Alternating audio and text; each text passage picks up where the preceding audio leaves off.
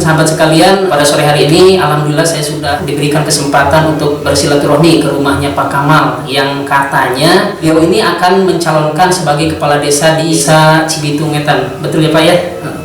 Baik Pak, Assalamualaikum warahmatullahi wabarakatuh. Waalaikumsalam. Oke, Pak Kamal, dapat informasi nih baik di mulut ke mulut ya Pak ya, dan juga media massa di media online bahwasanya Bapak mencalonkan sebagai kepala desa Cibitung Wetan. Benar nggak Pak? Benar. Benar ya. Itu dorongan pribadi, dorongan teman dekat, apa emang dari warga sekitar Pak kira-kira? Atau mohon pertanyaannya sangat bagus sekali dari Kang El. Ini ibarat sebuah komposisi dari pribadi saya sendiri, ya, dan juga dari masyarakat dan keluarga.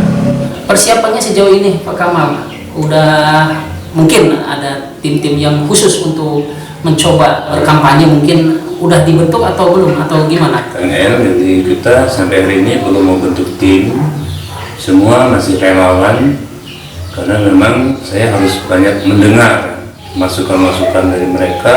Ini adalah kontestasi politik, tentu harus kita perhitungkan kekuatan suara tentunya. Sampai hari ini pergerakan mereka itu masih relawan.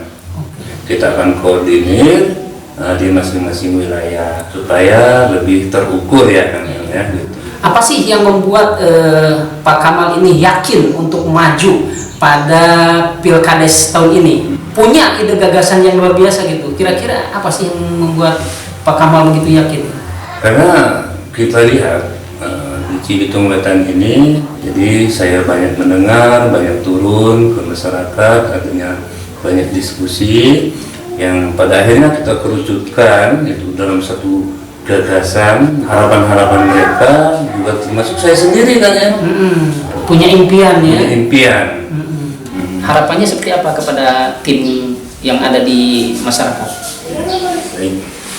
Saya sampaikan kepada teman-teman, kepada saudara-saudara dan relawan ya, untuk tetap santun, menjaga. Karena yang lebih terpenting adalah keutuhan, kerukunan warga masyarakat Cibitung Wetan. Bagaimana caranya relawan-relawan kita meraih suara sebanyak-banyaknya itu tanpa harus ya jelekkan ataupun menjatuhkan pihak lawan. Itu saja. Pak Kamal, ada nggak bocoran Pak Kamal ya?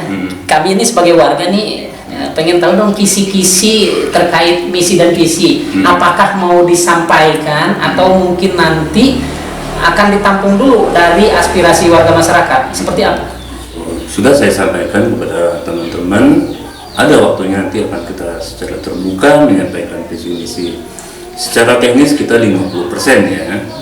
Itu karena pemerintah desa itu, kepala desa hanya pemegang anggaran yang akan menggunakan itu nanti warga masyarakat. Jadi yang 50% lagi nanti kamu akan menghimpun tergantung dari kebutuhan wilayah dan kampung masing-masing. Makanya yang 50% itu masih dalam kamar menginventarisir ya, baik itu persoalan-persoalan maupun harapan-harapan. Ya itulah yang Kamal tuangkan dalam visi misi program kerja Kamal 6 tahun ke depan dan harus selesai. Oke. Gitu. Pak Kamal, ini kan aspirasi mau ditampung sama Pak Kamal baru akan disampaikan nanti ya.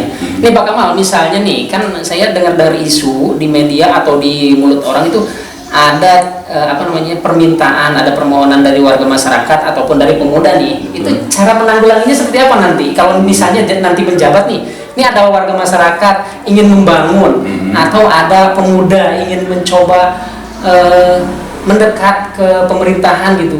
Apapun itu kegiatannya, apa respon dari seorang kepala desa nantinya? Kalau Pak Kamal sendiri seperti apa nanti kalau sebagai kepala desa? Misalnya ada pemuda nih datang nih butuh sesuatu gitu, baik itu lapangan misal, baik itu misalnya mohon maaf ya walaupun kecil semacam kaos bola atau fasilitas yang diinginkan oleh pemuda gitu. Seperti apa nanti cara menanggapinya Pak Kamal? Justru itu kita lihat dulu APBD kita. Semua program kerja kita juga itu harus terukur karena kita lihat dari sisi anggarannya. Ya, jadi program kerja kita ke depan itu juga juga tidak terlepas dari anggaran APBDes di Cibitung Wetan. Mana yang harus prioritas? Ya itu harus kita prioritaskan. Dan tentu itu semua kan melalui musyawarah desa, entah itu melalui Musrenbangdes atau Musdes dan juga Musdesus ya. Karena ke depan saya ingin seluruh elemen masyarakat, baik tokoh pemuda, tokoh masyarakat yang juga ikut berpartisipasi dalam menentukan arah kebijakan pemerintah desa Cibitung Wetan. Bicaranya kan dari anggaran nih, mana yang akan diprioritaskan dan mana yang tidak akan diprioritaskan mengikuti anggaran yang ada. Ada nggak sih Pak Kamal ide sendiri gitu, gagasan sendiri untuk mencoba menggali potensi warga masyarakat atau pemuda, baik dari segi ekonomi, pertanian, peternakan dan olahraga. Misalnya ini anggaran pribadi gitu loh Pak, nggak usah nunggu anggaran dari pemerintah. Yang namanya anggaran pemerintah kan udah jelas Pak, anak SMP saja bisa membangun karena kan anggarannya sudah ada. Tapi ada nggak sih Pak pemikiran Bapak ketika nanti menjabat dari anggaran pribadi gitu Pak, tidak perlu harus nunggu anggaran dari pemerintah gitu? Ada nggak kepikiran ke arah sana Pak? Kalau untuk anggaran pribadi itu sifatnya tidak bisa kita masukkan dalam APBD sih ya. Karena itu sifatnya pribadi. Ya, jadi tetapi akan masalah anggaran APBD kita. Makanya konsep kita itu Kang El, itu desa membangun. Ya. Secara pribadi ini saya melihat gitu. Inilah yang termasuk diantaranya salah satu indikatornya kenapa saya mencalonkan diri, karena ingin di desa Cibitung Wetan ini juga tentang masalah ketahanan pangan. Karena 90% penduduk di Cibitung Wetan ini adalah mayoritas adalah petani. Tentu sentuhan-sentuhan kebijakan juga pemerintah desa harus berpihak kepada masyarakat, tentu masalah ketahanan pangan. Baik Pak. Ini ada lagi nih dari netizen ini Pak. Katanya kalau sudah jadi pemimpin, jadi kepala desa, membantu itu jangan pilih-pilih gitu Pak Kamal. Jangan mentang-mentang bukan pemilih Pak Kamal, terus memberi bantuan juga dipilih gitu, hanya sebatas membantu orang yang sudah memilih Pak Kamal. Itu gimana tanggapannya Pak Kamal? Apakah akan tetap memprioritaskan yang sudah mencoblos saya, atau kita akan tetap membantu siapapun yang akan kita bantu, warga, selama warga itu warga kita gitu? Sebenarnya itu lebih kepada asumsi yang berkembang ya.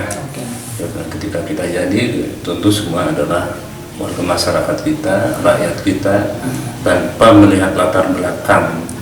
Ya, dari keluarga mana, pendukung mana, tidak.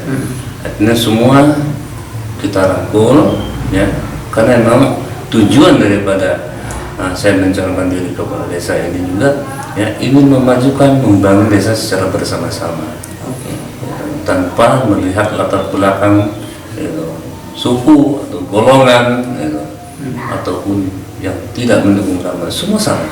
Dan itu sudah tanggung jawab pemerintah ya. Sudah menjadi tanggung jawab pemerintah desa Cibitung Wetan. Pak Kamal, misalnya ada warga nih terbentur kasus hukum di Pak Kamal, apa sikap yang akan diambil oleh Pak Kamal? Ada kan isu-isu nih, misalnya mohon maaf Pak Kamal, warga masyarakat bentrok dengan warga mana gitu, atau misalkan ada kasus asusila, atau misalkan ada kasus-kasus lain berhubungan dengan hukum. Seperti apa sikap Pak Kamal ketika menjadi kepala desa nanti? Semua itu warga masyarakat tentu kita lindungi. Jangan sampai terganjal masalah hukum. Itu sudah tanggung jawab kepala desa, meskipun mereka melanggar hukum ya, ada pihak penegak hukum. Tapi bagaimana kita dalam penyelesaiannya sampai memberikan pemahaman sebelum itu terjadi ya, ketika pun ada kasus hukum tentu kita lebih mengedepankan musyawarah dulu. Tidak mungkin ya kepala desa akan memenjarakan atau membiarkan warganya untuk di penjara ataupun kasusnya berlanjut gitu. Tapi poinnya Pak Kamal kalau nanti menjabat akan mencoba membantu ya, tidak akan membiarkan begitu saja. Tidak, itu tanggung jawab pemerintah, tanggung jawab kepala desa. Baik Pak Kamal. Pak Kamal nih, nanti Pak Kamal jadi pemegang kebijakan nih. ada anggaran dari pemerintah nih ratusan juta bahkan 1 miliar satu desa nih Pak Kamal. Nih biasanya kan di lapangan ada tim TPK Pak Kamal. Tim TPK ini akan melakukan pekerjaan nih baik pengecoran, TPT maupun jaling. Nah Pak Kamal nanti sebagai kepala desa apakah akan turun juga untuk memantau dari segi keuangan, dari segi material, apa akan menyerahkan sepenuhnya kepada TPK? Kira-kira seperti apa nanti? Ya tentu dipantau ya. Kepala desa pemegang anggaran, pelaksananya adalah yang menggunakan adalah masyarakat, dan itu akan menjadi tanggung jawab ya kepala desa. Karena pertanggungjawabannya adalah kepala desa. Kita akan kontrol di sana dalam pembangunan. Kita percayakan kepada tim TPK pengelola kegiatan juga bersama masyarakat, tapi tetap memegang kontrol karena itu adalah menjadi tanggung jawab kepala desa sebagai pemegang anggaran. Tentu kita tidak akan lepaskan itu. Satu, supaya kualitas dalam pembangunan juga baik ya, dan yang juga betul-betul dirasakan oleh masyarakat. Dari segi kualitas maupun manfaat. Oke. Nih, kalau misalnya Pak Kamal sebagai kepala desa nanti mendengar atau mendapatkan temuan ada stafnya atau bawahannya Bapak menilep anggaran gitu atau menggelapkan anggaran, apa yang akan dilakukan Pak Kamal sebagai kepala desa? Langkah apa? Apakah dipecat langsung atau diberi himbauan atau seperti apa?